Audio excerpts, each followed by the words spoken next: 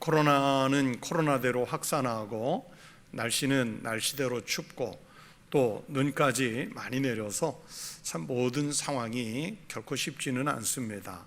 그러나 어려울 때일수록 하나님 앞에 우리가 더 매달리고 기도하고 주의 뜻을 구하면 오히려 위기 때 우리를 지키시고 우리를 살리시는 은혜를 우리가 누리게 될 줄로 믿습니다. 이 믿음 가지고 살아가시기를 주의 이름으로 축원합니다.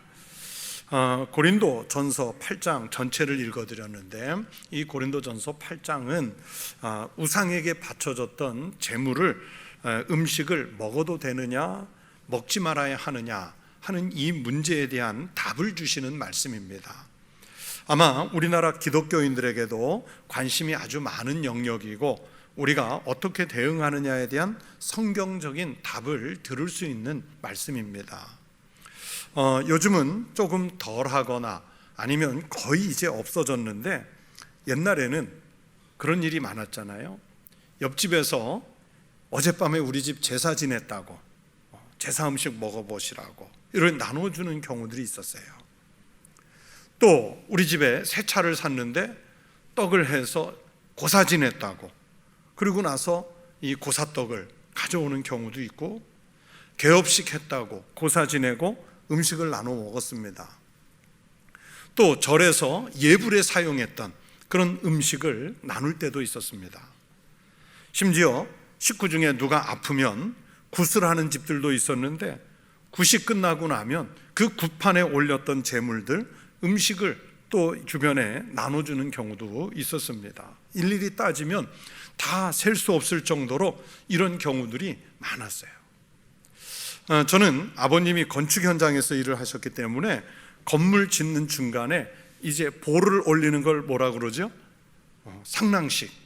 상랑식을 하면 좀 고사 비슷하잖아요. 상랑식이 끝나면 꼭 뭘 나눠 먹습니까? 떡을 나눠 먹어요.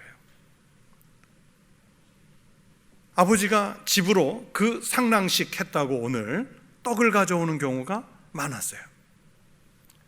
여러분은 그런 음식이 집에 오면 어떤 반응을 보이셨습니까? 예수 믿기 전에, 교회 다니기 전에는 세상 말로 이 웬 떡이야? 아무 생각 없이 먹었는데 교회를 다니는 후에는 우상에게 절하지 말라고 교회에서 배웠는데 이 우상에게 바쳐졌던 재물은 안 먹는다면서 거절을 하셨습니까? 아니면 그냥 예전의 습관을 따라 먹으셨습니까? 어떻게 하셨습니까?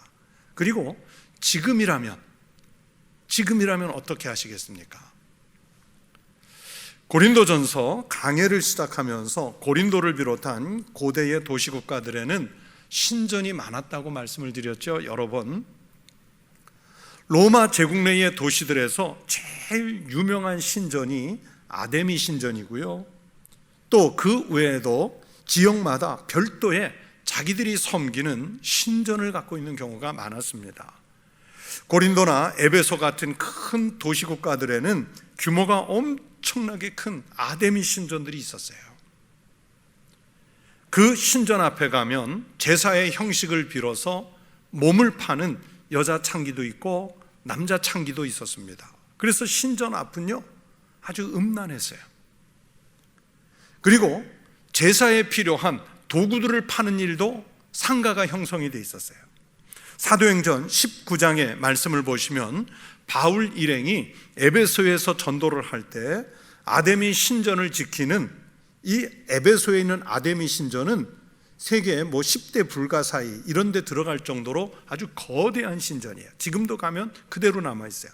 이 아데미 신전을 지키려는 에베소 사람들이 시위를 일으키는 장면이 있습니다. 사도행전 19장에. 이 아데미 신전을 지키는 사람들이 왜 시위를 일으켰느냐 하면 바울이 전하는 예수 그리스도의 복음을 듣고 마술을 행하던 사람들이 예수를 영접했어요. 그래서 예수를 믿게 되면서 자기네들이 마술에 사용하던 책이 있지 않습니까? 그 책을 가지고 나와서 다 불태우는 거예요. 그게 얼마나 됐냐면 은 5만에 해당한다.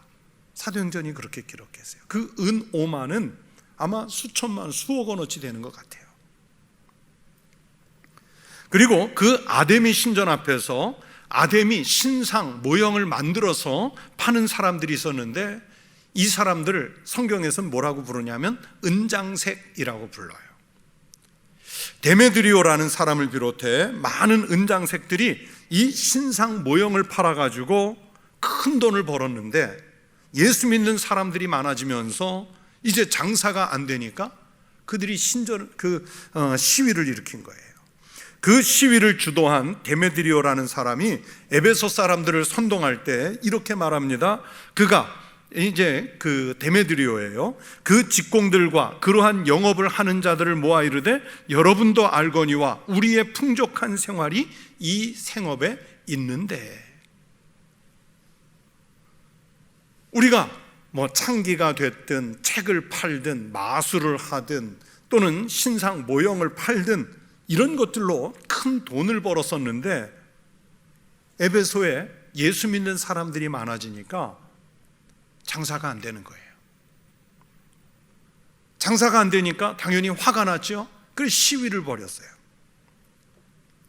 제사를 지낼 때 사용하는 물건들이 안 팔리는 거예요. 여러분, 이 제사를 지낼 때, 신전에 갈 때 꼭 갖추어야 할 필수 용품의 하나가 또 뭐냐면 제물이잖아요. 음식. 굳이 설명하지 않아도 제사에 음식이 사용될 것을 알 수 있습니다. 모든 도시의 신전들에서 그렇게 했습니다.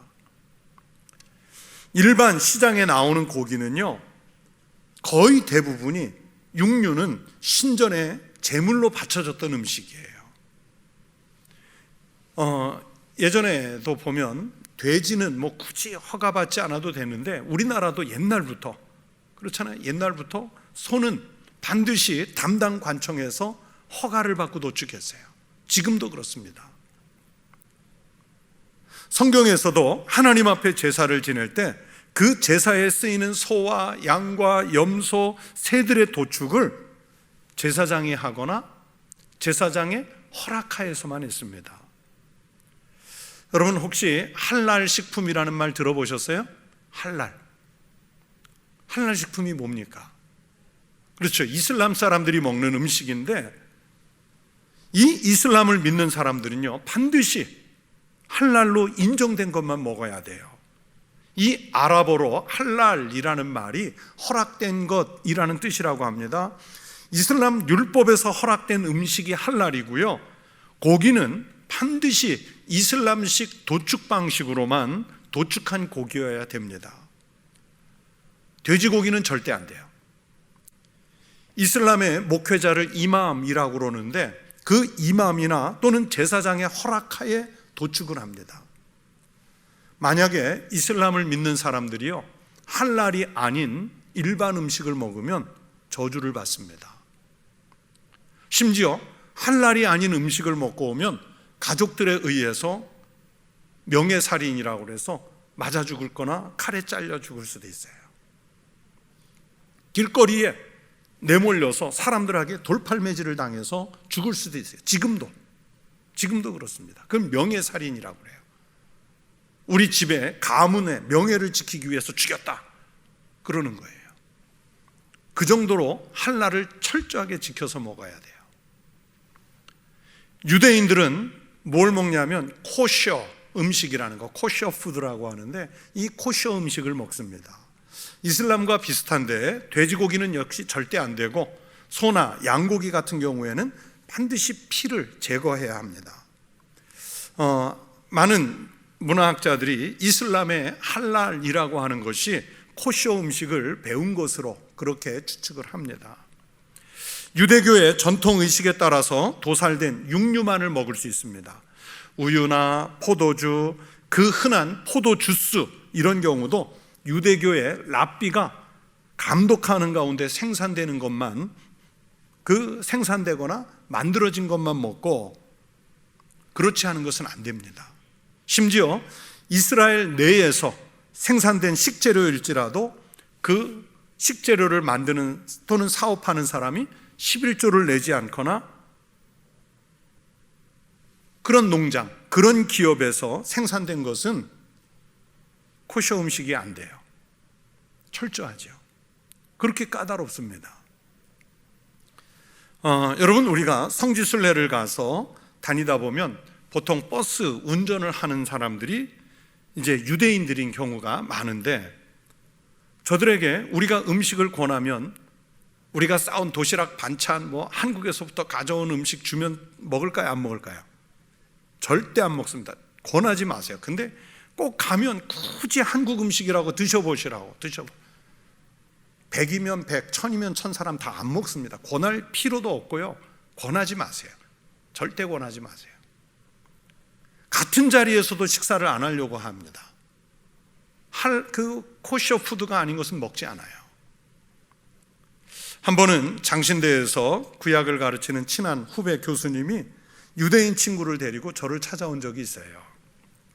마침 그때가 돼서 제가 식사하자고 데리고 좋은 식당에 갔는데, 근데 음식은 3시 갔는데 2인분만 시켰어요. 왜냐하면 그 유대인 친구는 자기가 싸운 코셔 도시락을 꺼내는 거예요. 그래서 3시에 유대인은 코셔 음식을 먹고 그 교수님과 저는 우리 음식을 먹고, 그러면서 그 음식을 먹는 중에 코셔 음식에 대한 설명을 또 제가 상세히 들었지요. 그 정도로 그들은 철저해요. 자기네들의 밥을 싸갖고 다닐 정도로 철저해요. 이 고대 도시국가들에서도 그 지역의 제사장의 허락을 받지 않으면 함부로 도축하지 못하는 경우가 많았기 때문에 제물용으로 허락을 받고 도축을 합니다. 그리고 제사에 바쳐졌던 고기와 식물들을 시장에 내서 사람들에게 판매를 했습니다. 그러니까 유통되는 음식물들 중에 고기류, 육류는 거의 99% 이상이 제물용이었고, 채소나 과일 종류도 간혹 아닌 것도 있지만은 아무튼 제사장, 그 도시의 신전을 거쳐서 나가는 거예요. 이런 상황에서 고린도에서 우상에게 바쳐졌던 음식을 안 먹으려고 하면 먹을 게 없는 거잖아요. 그건 꼭 고린도뿐만이 아니라 대부분 에베소도 그렇고 아덴도 그렇고 다 그런 거예요. 이런 상황에서 기독교인들이 우상에게 제물로 바쳐졌던 음식을 먹어도 되느냐, 신앙 양심상 말아야 되느냐, 이게 큰 문제죠. 우리들 같으면 어떻게 해야 될까요? 그래서 제가 시작할 때 여러분은 어떻게 대응하시겠느냐, 어떻게 대응했느냐 이렇게 물었죠. 고린도 교회 교인들도 이걸 어떻게 해야 하는지 고민거리였습니다. 그래서 바울에게 물었을 것이고, 바울은 우상에게 바쳐졌던 제물을 먹느냐 마느냐 하는 문제에 대한 답변을 오늘 이 고린도전서 8장에서 주시고 있는 것입니다. 사도 바울이 본문에서 말씀하려고 하는 것은 일절이 핵심적인 답변입니다. 우상의 제물에 대하여는 우리가 다 지식이 있는 줄을 아나 지식은 교만하게 하며 사랑은 덕을 세우나니. 제물을 먹느냐 마느냐에 대해서 각자 다 견해가 있습니다. 지식이 있습니다. 어떤 사람은 우상에게 바쳐진 것이니까 절대 먹으면 안 된다, 먹으면 우상을 숭배하는 것이다, 그렇게 생각하는 사람도 있었고요. 우리가 예수를 믿고 진리 안에서 자유를 얻었는데 그깟 음식 하나 먹었다고 구원에 무슨 큰 상관이 있겠느냐, 먹어도 된다 그러면서 나름 자기의 식견을 주장하는 교인도 있었을 겁니다. 그 견해의 차이가 교회를 분란에 빠뜨렸어요. 우상에게 바쳐졌던 음식 먹는 인간들, 아니 예수 믿는다고 하면서 음식 먹는 문제 하나에서도 자유롭지 못한 인간들, 저 율법주의자들. 지금은 그렇게 심각하게 안 듣는 것 같지만 초대교회에서는 이거 심각한 문제거든요. 교회가 지금 분란해. 이 음식을 먹는다고 자유주의자, 음식을 안 먹는다고 율법주의자, 막 그러면서 분란이 있어요. 그래서 바울이 답변을 주고 있습니다. 거기에서 다 식견이 있고 지식이 있지만 사랑으로 덕을 세우라는 게 뭐겠어요? 무슨 뜻이겠어요? 바울이 답하려는 핵심은 교인들이 각자 가진 지식을 자랑하는 것보다 사랑이 우월하다는 거예요. 상대방을 배려하라는 거예요. 그리스도인들의 참된 자유는 자신의 유익만을 추구하는 그런 편협한 것이 아니라 내가 가진 지식이나 경험이 다른 사람에게 덕을 끼치는, 사랑으로 덕을 끼치는 마음으로 나타나야 한다는 겁니다. 참된 지식은 자신을 드러내거나 자랑하는 것이 아니라 자신의 무지를 깨닫고 하나님 앞에서 겸손하게 무릎을 꿇는 것입니다. 자신의 신앙적 경험과 지식에 근거해서 판단한 것이 이 신앙이 미약한 사람, 다른 사람들에게 해를 끼치는 것이어서는 안 된다는 뜻입니다. 우리가 신앙적인 지식을 아는 것은 그리 중요하지 않고요, 하나님께서 우리를 아시는 바가 되는 것이 정말 중요하다고 사도 바울은 말씀합니다. 본문 2절 3절을 보십시오. 만일 누구든지 무엇을 아는 줄로 생각하면 아직도 마땅히 알 것을 알지 못하는 것이요, 또 누구든지 하나님을 사랑하면 그 사람은 하나님도 알아주시느니라. 하나님 앞에서 또 교회 안에서 함부로 자기 지식 자랑하지 말고 하나님을 사랑하는 마음을 가지고 우선 생각하라는 거예요. 그러면서 그 실행의 하나의 예로 이제 우상에게 바쳐졌던 재물을 먹는 문제를 이제 설명을 하는 겁니다. 사실 신앙이 깊은 사람의 입장에서는 그 재물을 먹느냐 마느냐 하는 문제가 그리 중요한 것 아닙니다. 얼마든지 먹을 수도 있고요, 얼마든지 안 먹고 물릴 수도 있잖아요. 알아서 판단할 수 있는 자유가 있습니다. 혼자 있을 때는 그런 자유가 있어요. 왜냐하면 모든 피조물이 다 하나님께서 만드신 것이라고 하는 믿음이 있기 때문입니다. 신앙적인 심지가 깊은 사람들이 알고 있는 신앙적 지식이 있습니다. 무엇인가 하면 4절 말씀을 보세요. 그러므로 우상의 재물을 먹는 일에 대하여는 우리가 우상은 세상에 뭐예요? 아무것도 아니에요. 우상은 아무것도 아니에요. 또한 하나님은 누구밖에 없어요? 한 분밖에 없는 줄로 아노라. 우상은 정말 아무것도 아닌 것을 압니다. 하지만 진짜신 하나님은 한 분밖에 없는 줄을 압니다. 이 지식을 알기만 하면 우상의 재물이라는 것은요, 실상은 아무것도 아니에요. 재물이 무슨 그렇게 의미가 있겠어요? 하나님 한 분밖에 없는데 이 무슨 판단을 흐리겠습니까? 당연한 지식이지요. 그런데 이 단순한 당연한 지식을 아는 사람들이 많지 않습니다. 7절을 보세요. 그러나 이 지식은 모든 사람에게 있는 것이 아니므로 어떤 이들은 지금까지 우상에 대한 습관이 있어 우상의 재물로 알고 먹는 거로 그들의 양심이 약하여지고 더러워지느니라. 무슨 뜻이냐면 예수를 믿기 전에 가졌던 습관이 있어요. 우상을 섬기던 습관이죠. 그 습관을 버리지 못해서 나 옛날에 교회 다니기 전에 저거 참 좋아했는데, 그러면서도 양심에 거리낌 없이 우상의 재물인 것을 알고 먹어요. 그런 경우에는 양심을 더럽히고 있다는 뜻입니다.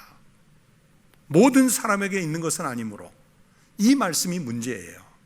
고린도 교인들 중에는 그런 미신적인 생각을 가진 채 우상의 재물을 먹은 다음에는 내가 그래도 이제 교회 다니기 시작했는데 이거 괜히 먹었나? 안 먹어야 되는 거 먹었나?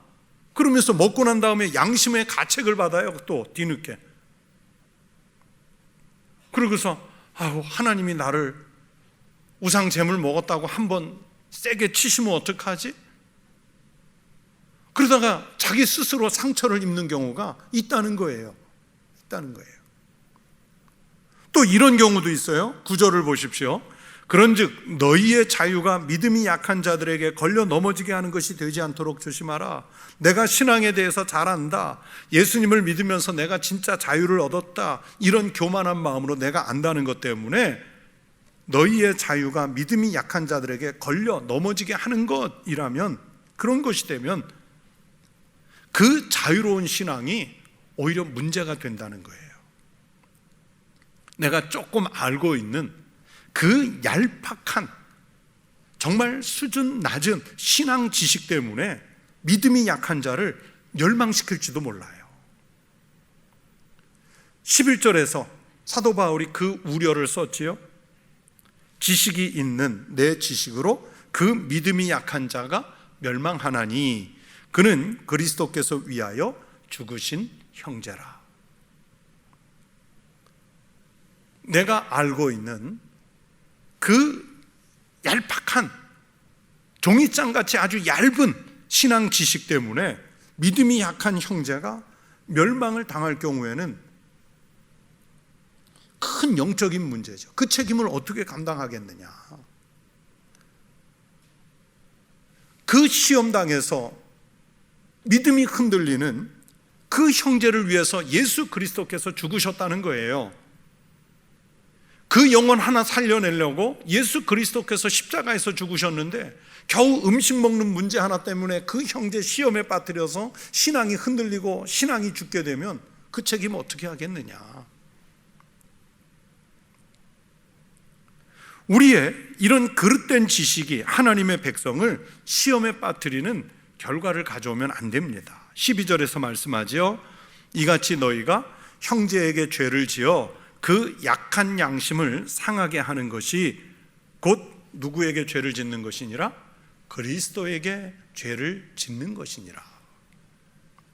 나로 인해서 형제의 양심이 훼손이 되면 그것은 내가 그 형제에게 죄를 짓는 것이기도 하지만 바울은 그것은 곧 그리스도에게도 죄를 짓는 것이라 그렇게 말씀을 해요. 여러분, 무슨 큰 정의의 문제, 인류가 살고 죽는 문제, 그런 것 때문이 아니라 겨우 한 끼 밥 먹는 음식 문제 때문에 형제를 실족하게 하고 그것 때문에 그리스도에게 죄를 지으면 안 되지 않습니까? 그래서 오늘 제가 설교 제목으로 음식을 하나님 앞에 내세우지 못한다 그렇게 정했어요. 8절 말씀에서 인용을 한 거예요. 음식은 우리를 하나님 앞에 내세우지 못하나니 우리가 먹지 않는다고 해서 더 못 사는 것도 아니고 먹는다고 해서 더 잘 사는 것도 아니니라. 그 음식 먹는다고 해서 사람이 달라지고 그 음식 못 먹는다고 해서 사람이 초라해지고 아니잖아요. 거기에 무슨 목숨을 걸어서 무슨 부귀영화를 누리겠다고 그렇게 그리스도에게 죄를 지어가면서, 다시 말하면 사랑하는 형제의 신앙을 흔들리게까지 하면서 그 음식을 먹어야 되느냐 또는 먹지 말아야 되느냐, 그게 무슨 걱정이냐는 거예요. 여러분 생각해 보세요. 우리가 먹는 음식이라고 하는 것이 이 말씀대로 우리가 먹지 않는다고 해서 못 먹어서 부족합니까?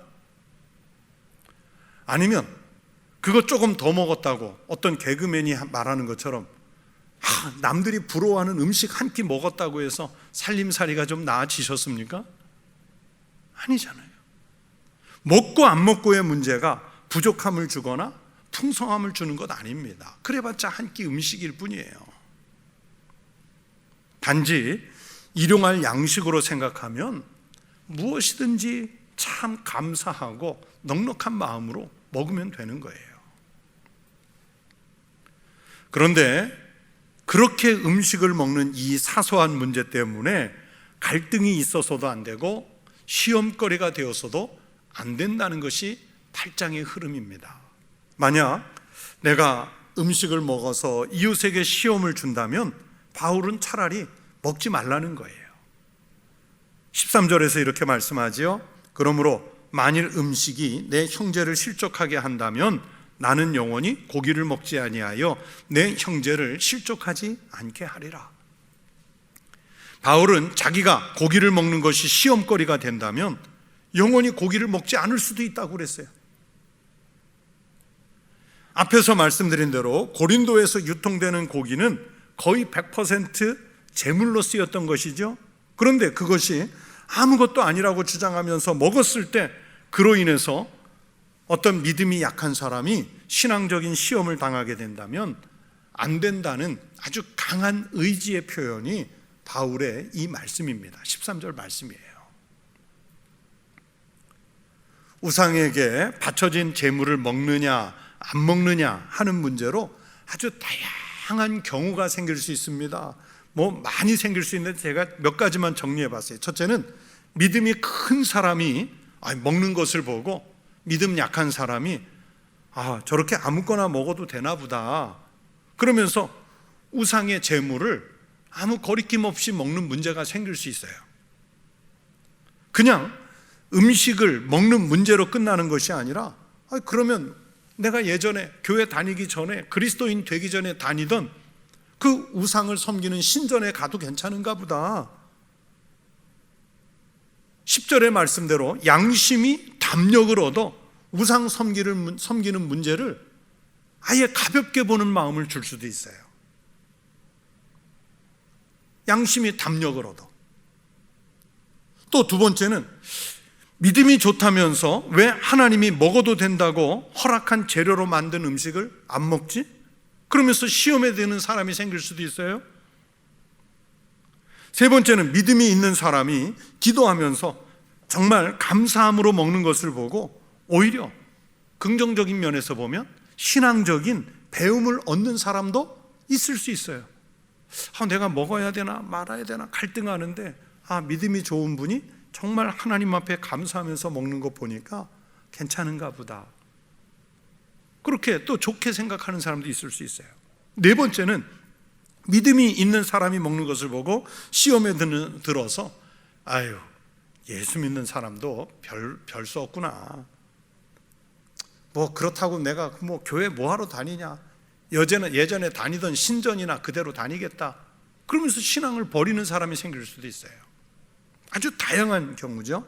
이 다 가능성이 있는 경우들인데 그래서 제일 중요한 것은 뭐냐면 함께 먹는 사람의 신앙 수준을 먼저 살펴줘야 되는 거예요. 그래서 사랑의 덕을 생각하라는 거예요.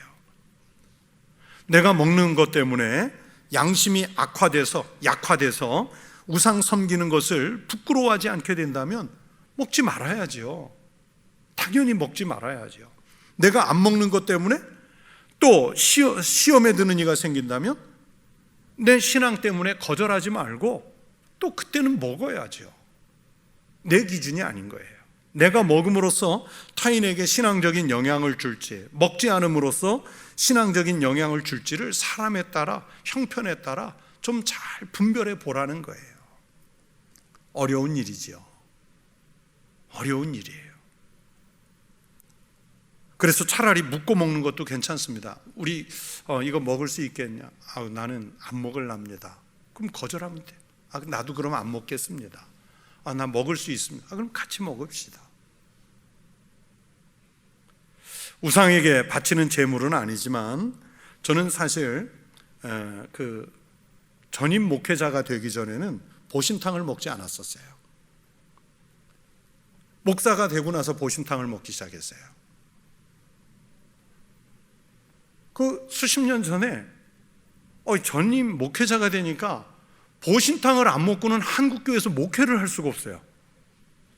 정말이에요. 많이 지금은 줄었지만 30년 전에 조금 목회자가 될 때는요, 그게 제일 좋은 대접이라고 중에 하나라고 해서 정말 신경 써서 좋은 식당에 데려가서 대접을 받았는데 그 자리에서 정성껏 준비한 분이 있는데 권사님, 장로님이 있는데 저는 안 먹습니다. 그러고서 밥과 다른 반찬만 먹고 있다고 생각을 해보세요. 분위기 깨는 거잖아요. 그래서 조금씩 먹었어요. 진짜 몇 텀씩. 국물 한두 숟갈. 이렇게 조금씩 먹다 보니까 그것도 몇 년 이렇게 지나니까 나중에 먹게 되더라고요.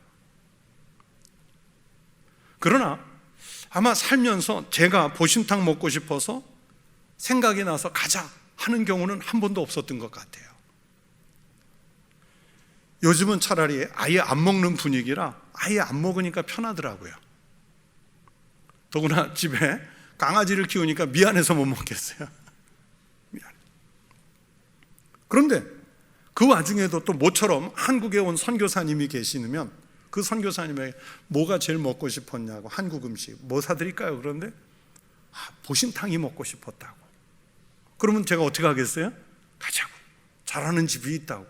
그래서 같이 또 맛있게 먹는 거예요. 맛있게.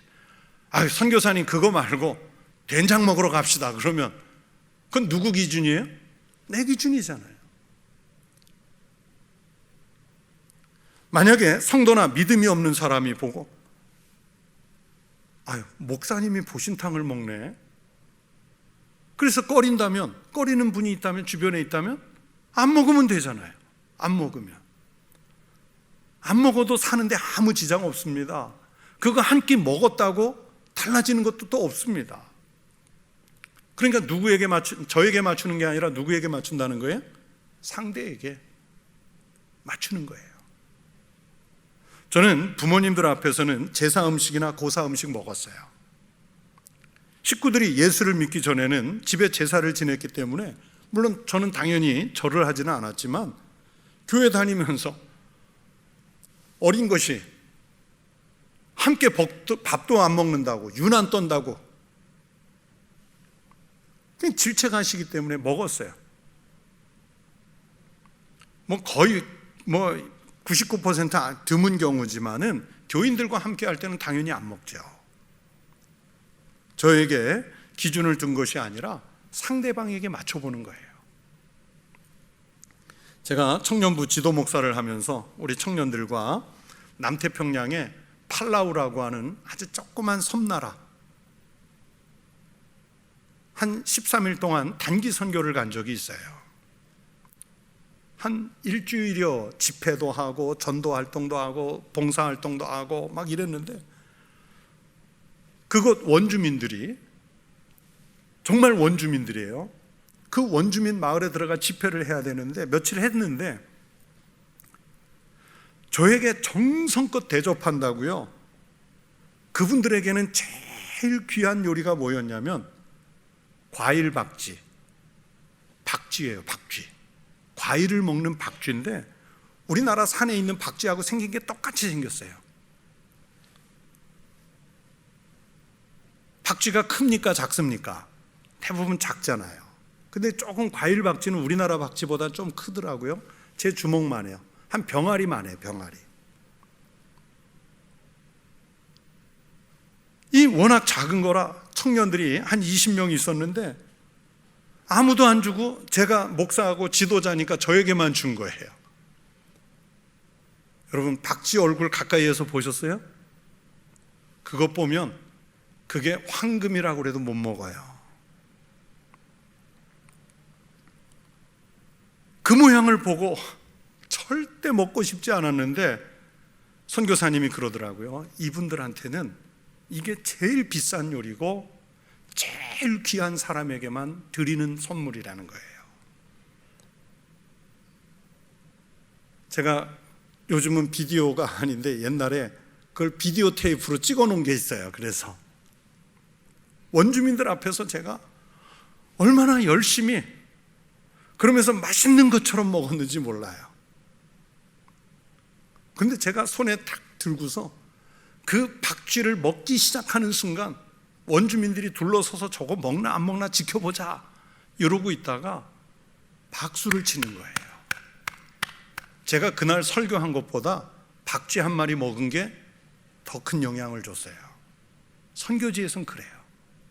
만약에 저는 이런 거 못 먹습니다, 안 먹습니다, 당신들 최고급 요리라니까 드십시오 하고 이렇게 거절해서 만약에 물렸으면 그들이 제 설교를 들으러 왔을까요, 안 왔을까요? 자기네들한테는 정말 귀한 음식인데 이거를 물려? 여러분, 아프리카 가도 마찬가지예요. 몇 년 전에 한번 잠비아 이런 데 가서 보니까 그들이 그 요구르트를 만들어서 주는 건요, 이걸 어떻게 감당하지? 어떻게 했을까요? 맛있게 먹어야죠. 맛있게 먹어야죠. 속에서 나중에 탈이 나든 말든 맛있게 먹어야죠. 근데 신기한 거는 탈이 안 나더라고요. 감사함으로 받으면 버릴 게 없는지 탈이 안 나요. 왜 먹었을까요?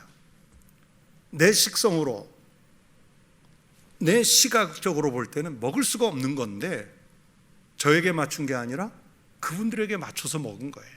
그분들에게. 사도 바울이 오늘 본문에서 말씀하려고 하는 것은 바로 그런 의미입니다. 내가 먹고 안 먹고 하는 문제보다 더 중요한 것은 나와 함께하는 사람들이 어떻게 받아들이냐 하는 문제예요. 요한복음 8장 32절에서 예수님께서 말씀하셨습니다. 진리를 알지니 진리가 너희를 자유롭게 하리라. 우리는 자유롭습니다. 그러니까 그리스도인은 자기가 판단할 자유가 있습니다. 구원의 징표지요. 그러나 그 자유가 자기의 신앙을 과시하거나 자기 기준을 강화하는 대신에 강화하거나 해서 그걸 남용하면 안 됩니다. 정말 어려운 문제예요. 여러분, 신앙적인 판단이 그래서 정말 어려워요. 우리의 신앙적 태도들로 인해서 상처받는 사람이 생겼어도 안 되고 늘 사랑하는 마음으로 생각하라는 거예요. 그래서 바울은 자기가 기준이 되는 지식은 말씀드린 대로 교만하게 하는 것이고 사랑이 덕을 세우는 것이다. 1절에서 그 말씀을 하시는 거예요. 그러나 아무리 사랑하는 문제라고 해도 그리스도인이 먹어서는 안 되는 음식이나 기호식품이 있다면 당연히 아주 단호하게 거절해야죠. 제가 군대에서 일병일 때 아주 지독한 고참이 하나 있었는데 인간도 아닌 것 같은 고참이에요. 한 번은 소대가 회식을 하면서 저에게 회식을 하면 당연히 술잔이 돌잖아요. 술 한 잔을 탁 주는 거예요. 받았지요. 그 다음에 어떻게 했을까요? 마셨을까요? 그 마셨다고 생각하면 아직도 제 마음을 모르시는 거예요. 안 먹죠. 당연히 안 먹어요. 그랬더니 그 고참이, 군인들 하는 말이 있어요. 고참과 하나님은 동기동창인데 하나님이 내린 것을 목사될 놈이 안 먹어? 하나님이 내리신 것을 안 받았다, 안 먹었다고 그냥 난리를 치는 거예요. 그래서 주변에 있는 사람들이 겨우 진정을 시켜서 회식이 끝났는데, 끝난 줄 알았어요. 이제 잠자리에 누웠는데 누가 깨우더라고요. 고참이 저를 불러서 이제 부대 일종 창고, 행정병들이 쓰는 일종이 식료품 창고인데 거기를 저를 불러내 가지고요, 평생 맞을 매를 그날 다 맞았습니다. 군대에서 늘 구타가 있었지만 이 3년 가까이 있는 동안에 맞을 매보다 그날 맞은 매가 더 많았던 것 같아요.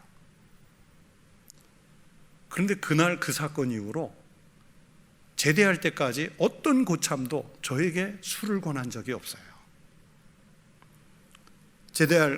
고참이 제대할 무렵에 저한테 그러더라고요. 야, 이제 그 욕이 하나 붙어요. 남자들 하는, 너 진짜 예수쟁이다 그러더라고요. 그때 너무 많이 때려서 미안하다 그러더라고요. 제가 그에게 무슨 영적인 영향력을 끼친 것도 아니고요, 단지 술 한 번 안 받고 한 번 끌려가서 매 맞았을 뿐인데 그 사람 입에서 제가 진짜 예수쟁이라는 소리를 들었어요.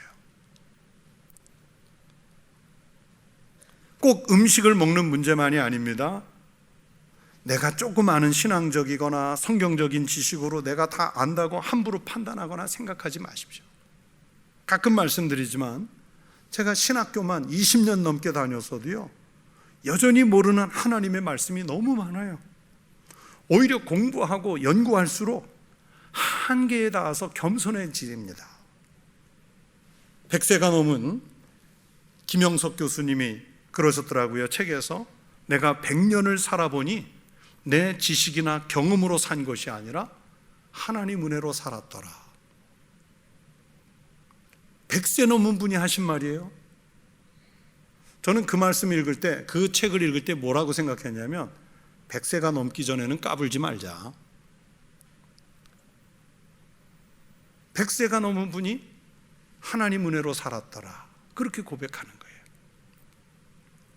우리가 심각하게 판단할 일이 생기면, 혹은 교회에서 크거나 작은 판단을 해야 될 때면, 이때 예수님이라면 어떻게 하실까? 하라고 하실까? 말라고 하실까? 먹으라고 하실까? 먹지 말라고 하실까? 가라고 하실까? 멈추라고 하실까? 그렇게 주님께 묻고 또 물어서 하나님의 뜻을 구하시기를 바랍니다. 그래야 오늘 성경의 말씀대로 사랑으로 교회 덕을 세우고, 우리가 살아가는 삶의 자리에서도 우리의 믿음 때문에 주변에 덕을 세워서 믿는 사람들의 수를 더하게 하시는 축복이 일어날 줄로 믿습니다. 성도 여러분, 내가 살아가는 삶의 모습 때문에, 심지어 아무것도 아닌 것 같은 작은 음식 먹는 문제 하나 때문에 형제가 살고 교회가 덕을 세우는 사랑의 축복이 일어나시기를 축원합니다. 또 음식의 이야기를 했지만, 더 나아가서 내가 하는 말 한마디 때문에 형제가 살 수 있고 형제가 죽을 수 있어요. 그렇다면 우리의 언어가 사람을 살리는 사랑의 덕이 있어야 되잖아요. 그래서 우리의 삶의 모습 때문에 믿음이 약한 사람의 믿음이 세워지는 이런 축복이 일어나시기를 주의 이름으로 축원합니다. 각각 사는 삶의 자리에 생명을 살리는 역사 있기를 주의 이름으로 축복합니다. 기도하겠습니다. 하나님 아버지, 감사합니다. 우리에게 예수 그리스도를 믿는 믿음으로 인하여 그 진리가 우리를 자유롭게 하는 놀라운 은혜를 받게 하시니 감사합니다. 하나님께서 우리에게 생명을 구원하신 그 자유로 온전히 하나님의 영광을 나타내고 교회의 덕을 세우고, 또 삶의 터전에 돌아가서는 가족을 살리고 이웃을 살리는 생명 구원의 역사로 일어나게 하여 주시옵소서.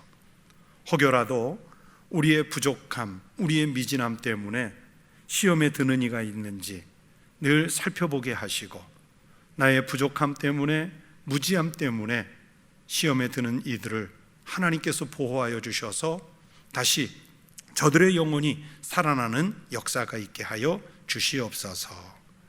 하나님, 이 시간에 주님께 귀한 예물을 드립니다. 거룩한 예물을 드리오니 하나님께서 기쁘게 받아주시고, 드린 손길 위에, 그 가정 위에, 살아가는 인생의 모든 위에, 평생 동안 사는 길 위에 하나님께서 넉넉하게 채우시는 하늘의 공급이 있게 하여 주시옵소서. 하나님, 우리 성도들이 이 위중한 때 기도하는 제목도 들으시고 응답하여 주시옵소서. 우리 국민들을 지켜주시옵소서. 나라와 민족을 지켜주시옵소서. 예수 그리스도의 이름으로 감사하며 기도드리옵나이다. 아멘.